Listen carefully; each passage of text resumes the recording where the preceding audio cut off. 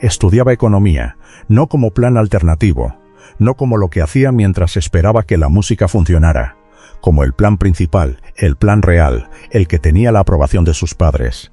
Michael Philip Jagger, de Dartford, Kent, hijo de un profesor de educación física y una peluquera, beneficiario de una beca en la London School of Economics, iba a tener una carrera en los negocios. Viajaba desde Dartford a Londres cada mañana cargando libros de texto, preparándose para un futuro que, desde afuera, parecía enteramente sensato. Y entonces, en un andén de la estación de tren de Dartford en octubre de 1961, se encontró con un chico al que no había visto desde la escuela primaria, y el chico llevaba bajo el brazo un montón de discos americanos raros, y el plan terminó antes de que llegara el tren. Los discos eran de Chuck Berry, Muddy Waters y Little Richard. El chico era Keith Richards. Se habían conocido en el Wentworth Primary School de Dartford. Habían perdido el contacto cuando sus familias se mudaron, y no se habían visto en 7 años. Se quedaron en ese andén y descubrieron que compartían la obsesión específica y ardiente con el rhythm and blues americano que era, en la Inglaterra de principios de los años 60, tanto rara como cara de mantener. Los discos eran difíciles de encontrar, los originales casi imposibles, y los chicos que los tenían se conocían entre sí en todo Londres de la manera en que siempre se conocen los coleccionistas. Richards invitó a Jagger a los ensayos de un grupo que estaba organizando un guitarrista llamado Brian Jones. Jagger fue. Nunca volvió a la economía. Ese es el relato de origen de los Rolling Stones. Un andén de tren, un montón de discos, y un estudiante de 19 años que había planeado dedicarse a los negocios y en cambio se convirtió en el intérprete cinéticamente más convincente de la historia del rock and roll. La pregunta que nadie ha respondido del todo, ni Keith Richards en sus memorias, ni Jagger en sus escasas entrevistas largas, ni los biógrafos que han dedicado sus carreras al tema, es que había ya en Michael Philip Jagger, antes del andén, que permitió que un encuentro fortuito en una línea de cercanías redirigiera los siguientes 64 años de su vida sin aparente vacilación. ¿Qué había ya en él que reconoció los discos como la cosa más importante? ¿Alguna vez tuviste un momento, en un andén, en una puerta, en una mesa en la que casi no te sentaste, donde la dirección de todo cambió tan rápido que apenas registraste que estaba cambiando? Porque ese es el mito fundacional de los Rolling Stones, y ocurrió antes de que nadie involucrado entendiera que se estaban haciendo mitos. Pero primero viene Dartford, y un niño que era bueno en casi todo y encontraba casi todo insuficiente.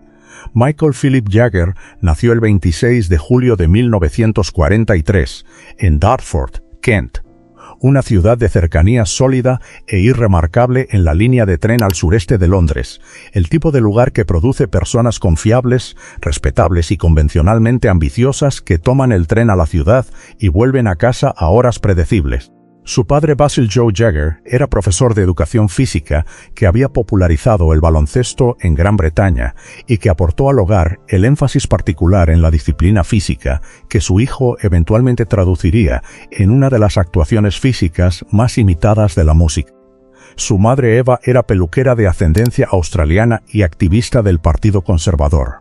Los Jagger eran de clase media en el sentido específicamente aspiracional británico. No ricos, no con dificultades, pero intensamente conscientes de la diferencia entre ambos y de lo que la educación correcta podía hacer al respecto. Jagger se destacó en el Dartford Grammar School. 7 O-Levels, 2 E-Levels. El tipo de rendimiento académico que lleva a un chico de Dartford a la London School of Economics, que es el tipo de institución que cambia la trayectoria de una familia de clase media a lo largo de generaciones. Se matriculó en 1961. Duró un año. La economía ya era secundaria a la música antes de que pisara ese andén ferroviario. Llevaba desde los 14 años obsesionado con el rhythm and blues americano. Había formado una banda llamada Little Boy Blue and the Blue Boys. Había estudiado la entrega vocal y la presencia escénica a partir de discos de la misma manera en que otro estudiante podría estudiar para los exámenes. Pero todavía no había tomado la decisión. El andén la tomó por él. Él y Richards se mudaron a un apartamento en Chelsea con Brian Jones. Jones era el visionario musical del grupo inicial, un multiinstrumentista de genuina brillantez que había escuchado algo en la música de los bluesmen americanos que nadie más en Inglaterra había articulado del todo. Era también, según todos los testimonios de quienes lo conocieron, un hombre en quien el talento y la autodestrucción coexistían en proporciones que eran, incluso en el contexto de la escena musical londinense de los años 60, notables. Jagger observó a Jones liderar y aprendió lo que liderar desde el frente podía producir y lo que costaba. Esa educación importaría más adelante. Para 1963, los Rolling Stones actuaban en el Crawdaddy Club de Richmond, todos los domingos por la noche, ante un público que crecía semana a semana con la energía específica y urgente de las personas que han encontrado algo que no sabían, que estaban buscando. Los Beatles habían llegado el año anterior. La Beatlemanía era el contexto cultural, y lo que los Stones ofrecían era un correctivo. Más oscuro, más amenazante, menos interesado en caer bien. Los Beatles querían cogerte de la mano. Los Rolling Stones querían alterar el contrato social fundamental entre el intérprete y el público de maneras que la era podía sentir, pero todavía no podía nombrar. Jagger era el instrumento de esa disrupción. Se movía por un escenario de maneras en que ningún intérprete inglés se había movido antes.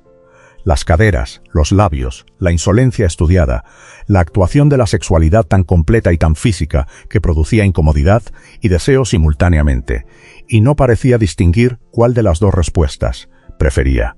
El representante de A&R Andrew Luke Oldham los vio en el Crawdaddy. Los fichó en pocas semanas. Y entonces, en uno de los actos de gestión creativa más decisivos en la historia de la música popular, les dijo a Jagger y Richards que escribieran sus propias canciones, los encerró en una cocina, según un relato, y les dijo que no salieran hasta que hubieran escrito algo. No se habían considerado compositores. Las primeras grabaciones eran versiones de Chuck Berry, adaptaciones de Muddy Waters, el lenguaje del blues que habían aprendido de los discos americanos. Oldham entendió que los discos que durarían no eran versiones. Jagger y Richards lo entendieron en aproximadamente 6 meses de haber sido informados. La asociación compositora que resultó produciría Painted Black, Ruby Tuesday, Sympathy for the Devil, Gimme Shelter, Wild Horses, Angie, y un catálogo sin el que el siglo XX no puede imaginarse. ¿Alguna vez alguien te dijo que hicieras algo que no creías poder hacer con la certeza de que podías hacerlo? Y descubriste que la certeza era la instrucción, porque eso es lo que Andrew Luke Oldham le dio a Jagger y Richards, no un método, un requisito, y el requisito produjo el catálogo. Los años 60 se desarrollaron de la manera en que los años 60 se desarrollan para cualquier grupo que fuera los Rolling Stones en los años 60, a un ritmo que hace que las décadas posteriores parezcan lentas en comparación en un clima cultural que había decidido rehacerlo todo. Simultáneamente, en la olla a presión específica y catastrófica de la fama global repentina, antes de que nadie hubiera desarrollado un marco para lo que la fama global le costaba a quienes la tenían. Jagger fue arrestado en 1967 con Richards en la casa de campo de Richards durante una redada por drogas. El juez sentenció a Richards a 1 año de prisión. A Jagger lo sentenció a 3 meses. The Times de Londres, en un editorial que sigue siendo uno de los comentarios institucionales más notables en la historia de los medios británicos, preguntó: ¿quién destroza una mariposa sobre una rueda? Las sentencias fueron anuladas en apelación. Jagger tenía 24 años. Había descubierto por primera de muchas veces que la institución lo estaba observando específicamente y tenía opiniones sobre lo que él representaba. El concierto de Altamont en diciembre de 1969. Concierto gratuito. 300.000 personas. Los Stones como cabeza de cartel. La seguridad a cargo de los Hells Angels, una decisión tomada en el caos de los últimos días de planificación, una decisión que produjo el asesinato de un joven de 18 años llamado Meredith Hunter frente al escenario mientras la banda actuaba. Jagger, viendo las imágenes después, ha descrito una calidad específica de impotencia, ver algo terrible ocurriendo al otro lado de una cámara, a cámara lenta, sin ninguna capacidad de intervenir. Altamont terminó con los años 60, no técnicamente, por consenso cultural. La sensación de que el optimismo de la década había producido algo que no podía controlar. Los Stones no causaron esa sensación, pero la albergaron. Brian Jones fue encontrado muerto en el fondo de su piscina en Tring, Hertfordshire, el 3 de julio de 1969. Tenía 27 años. La investigación registró un veredicto de muerte por accidente. Había dejado la banda 4 semanas antes, pedido que se fuera, según todos los testimonios, porque el consumo de drogas y el deterioro mental lo habían incapacitado para participar en un contexto profesional funcional.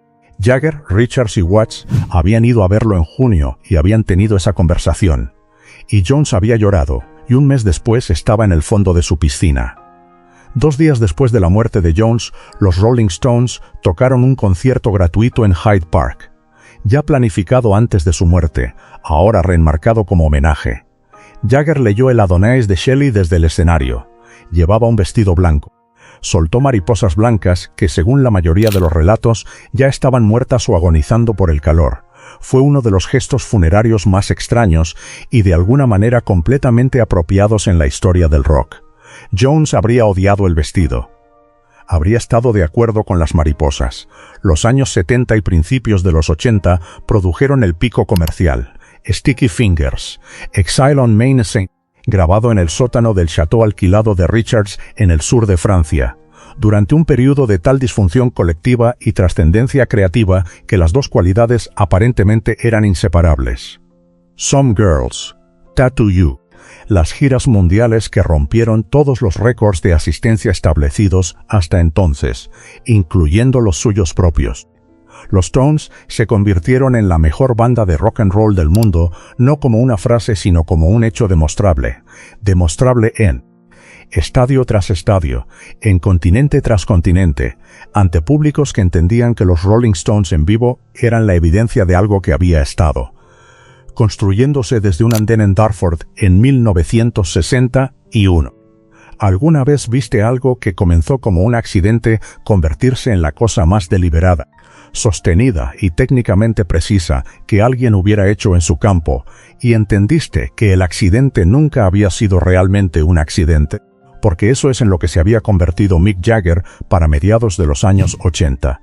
El intérprete más disciplinado de una música que no recompensa la disciplina. Corría 12 kilómetros al día.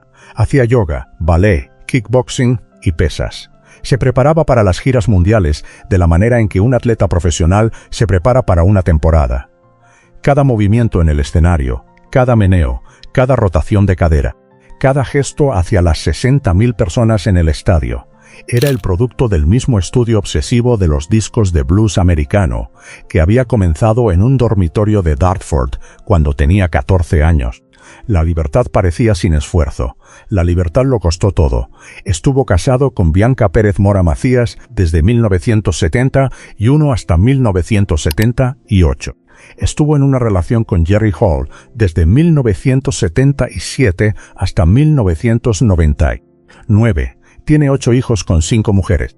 Su vida privada ha sido llevada con la complejidad específica y consistente de un hombre que ha encontrado más fácil ser extraordinario en público que estar consistentemente disponible en privado. No ha fingido lo contrario en ninguna entrevista extensa. Ha dicho, en realidad no soy la persona que debería haberse casado. Lo dijo con la precisión que pertenece a alguien que se conoce bien y ha decidido ser honesto sobre lo que sabe en lugar de actuar. La versión que es más fácil de vivir. Los años 90 produjeron una ruptura temporal con Richards, un período de agravios públicos mutuos conducido en entrevistas y memorias y la acrimonia específica y teatral de 2 personas que han estado en la misma sala durante 30 años y han agotado las maneras de manejarlo con educación. Jagger publicó álbumes en solitario. No eran los Stones, fue nominado a un Grammy, no ganó nada significativo. Ha dicho, de su carrera en solitario, que grabó algunos discos de los que estaba orgulloso y que el público prefería a los Stones. Lo dijo sin aparente resentimiento, lo que es o bien una aceptación genuina o la actuación más completa de aceptación que jamás haya dado un hombre al que le importa mucho ser escuchado. La ruptura sanó, los Stones se reunieron, las giras mundiales se reanudaron. Y entonces, el 17 de marzo de 2014, en su apartamento de Nueva York, Lauren Scott, diseñadora de moda, pareja de Jagger durante 13 años, la mujer que había diseñado sus trajes de escenario durante una década y a quien él había descrito como su amante y mejor amiga, murió. Tenía 49 años. Jagger estaba en Australia con la banda, canceló las funciones restantes, voló a casa, publicó una declaración en Facebook que decía, entre otras cosas, «Todavía estoy tratando de entender cómo mi amante y mejor amiga pudo quitarse la vida de esta manera tan trágica. Pasamos muchos años maravillosos juntos y habíamos construido una vida estupenda. Tenía una gran presencia y su talento era muy admirado, no menos por mí. Nunca la olvidaré. La declaración tenía 15 frases. Fue lo más que dijo públicamente sobre su muerte. Volvió al escenario 3 meses después, siempre ha vuelto al escenario. Eso no es una actuación de resiliencia y no es una falla en el dolor. Es la cosa que siempre ha hecho con todo lo que le ha ocurrido. La sentencia de prisión, el Altamont, las muertes de Jones y los casi fallecimientos de Richards, y el diagnóstico de cáncer de Charlie Watts en 2021, que llevó a Watts a alejarse de la gira y morir en agosto de 2021 a los 80 años. Charlie Watts había sido el metrónomo, el latido, el hombre detrás de la batería que hacía oscilar a los Stones de maneras que ningún otro baterista ha podido replicar. En 60 años de personas intentándolo. Jagger dijo de él, «Charlie fue un gran músico, un devoto hombre de familia y una parte enorme de los Rolling Stones durante más de 50 años. Su contribución a la música de la banda y a su legado siempre será atesorada». 14 frases. Volvió al escenario. En abril de 2019 le dijeron que necesitaba cirugía de reemplazo de válvula cardíaca. Tenía 75 años. La cirugía se realizó en Nueva York. Dijo que estaba devastado por tener que posponer la gira. Dijo que trabajaría muy duro para volver al escenario lo antes posible. 3 meses después de la cirugía, actuaba en el Soldier Field de Chicago ante 60.000 personas. Y las reseñas describían a un hombre que aparentemente había decidido que un reemplazo de válvula cardíaca era una razón insuficiente para dejar de hacer exactamente lo que había estado haciendo, desde ese andén ferroviario en Dartford en 1961. Todavía está aquí. En 2023, los Rolling Stones publicaron Hackney Diamonds, su primer álbum de material original en 18 años, su primer álbum sin Charlie Watts. Ganó el premio Grammy al mejor álbum de rock en la ceremonia de 2025. El álbum fue hecho con Steve Jordan en la batería, con Lady Gaga y Elton John como vocalistas invitados, y con Paul McCartney tocando el bajo en una canción. Las reseñas usaron palabras como esencial, vital, atronador. La banda que se suponía había alcanzado su pico en 1970 y dos estaba haciendo lo que los críticos llamaban alguna de la mejor música de su carrera en 2023. En 2025, la gira No Filter continuó por Europa y América del Norte, y Mick Jagger, a los 81 años, corría, caminaba con fanfarria, señalaba, y hacía la cosa que nadie que haya crecido mirándolo ha podido explicar del todo, la combinación específica e irrepetible de vulnerabilidad y dominio que ha hecho que cada concierto que ha dado se sienta como algo de lo que el público salió por los pelos. Cumple 82 años en julio de 2026. No muestra señales de detenerse. Ha dicho, siento que siempre estoy tratando de mejorarme como intérprete. Ha dicho, nunca dejas de aprender. Ha dicho cuando le preguntaron si piensa en detenerse, en realidad, no. Lo dijo de la manera en que un hombre dice algo que encuentra ligeramente desconcertante como pregunta. De la manera en que el chico en el andén de Dartford habría dicho, claro que me quedo con los discos.